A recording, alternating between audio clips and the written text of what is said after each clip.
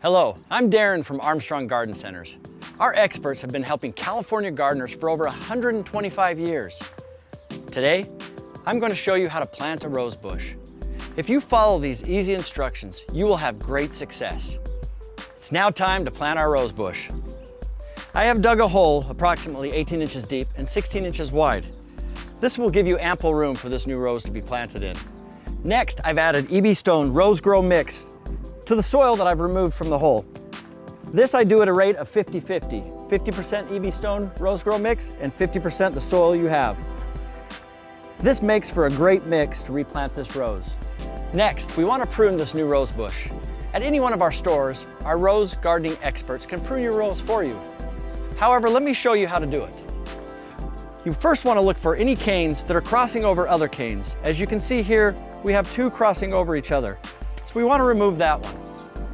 Next, you want the rose to be growing outward, almost like a vase. Also removing any dead branches that you see on this rose bush. Next, it's important to prune this down to about 8 inches above the soil level, giving each cane a fresh cut. You want to do this right above bud level where you see any buds, and also removing any dead branches. You'll want to make sure that you make any cuts at a 45-degree angle. Also, it's very important to use our pruning sealer to be able to protect these new cuts that you have done. This helps disease and insects from getting into your new cuts. Once the hole is ready, it's now time to plant your rose bush. This is a dormant rose, so the best way to get this out of the pot is to lay it on its side, kind of crushing the base just a little bit to loosen it up. Just like that. Now it's time to pull it out. And don't worry if some of the soil comes loose as you pull it out of the pot. It is important that you spread those roots out evenly. After that, use your nice mix that you put together to fill this in, tamping the soil down.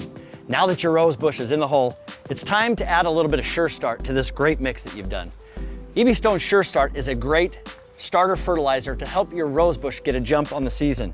You'll want to add about a cupful into this mix and use this mix together to replant your rose bush. Using this great mix, we tamp down the soil around it, being careful not to cover up this bud union and keeping that 1 to 2 inches above the soil level.